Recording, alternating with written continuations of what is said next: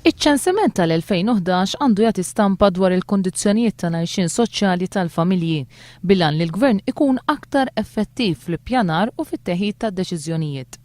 Id-data li ntażlet għal dan iċ-ċensiment hija sempliċi biex wieħed jiftakara. Il-ħadd 20 ta' Novembru 2011, 2011. Ser ikun 17 iċ-ċensiment għal pajjiżna bl-ewwel wieħed sar fl-1842.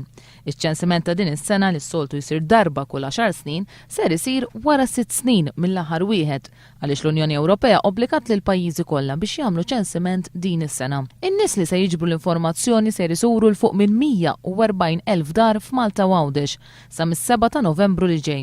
Iċ-ċensiment mistenni jiswa aktar minn €1.5 miljun u l-informazzjoni mistennija toħroġ fl-ewwel kwart tas-sena tal-2014.